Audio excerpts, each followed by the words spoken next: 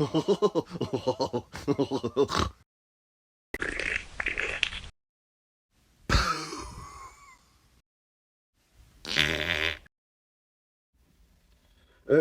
guys, so today we're drawing a demon skull with a katana sword.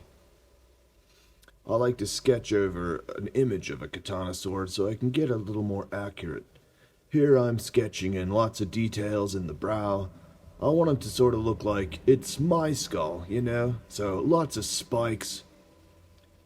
Kind of like what my face would look like if you ripped off all my skin. Now I'm doing the background. Doing a lot of shading and a lot of details in some of the foreground. Kind of deciding which areas I want to be dark and which ones I want to be light. And now I can detail it in with a dark pen. I usually don't follow all of my initial details. I like to sort of do my own thing on top of what I initially did.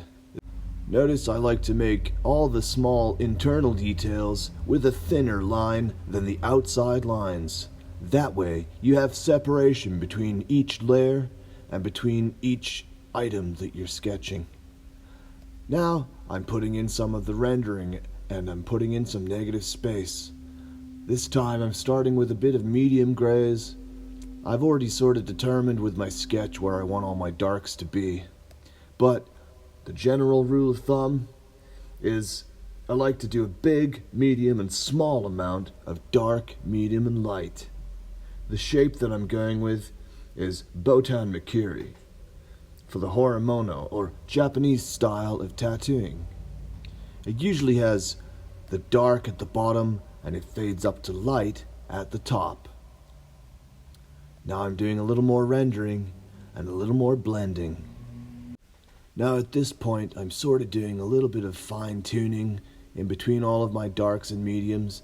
I'm adding little highlights here and there, I'm adding little lowlights, and I just keep going back and forth and blending little tiny edges that I can see. You can almost barely notice what I'm doing at this point in the game, but I think it's a really important stage of the artwork where you can really get in close and decide what you want to have forward and what you want to have back. By that I mean what you want in the foreground and what you want in the background. There's a number of ways you can achieve that. You can push something forward if it's light by putting something black behind it. If it's black, put something light behind it. That way you're always contrasting your focal points. Now, my favorite part, I'm adding in the darkest shadows. I'm adding in all the rendering on the foreground before I go ahead and do all the black in the background. Now that I've added most of the black, I can start blending into the medium tones once again.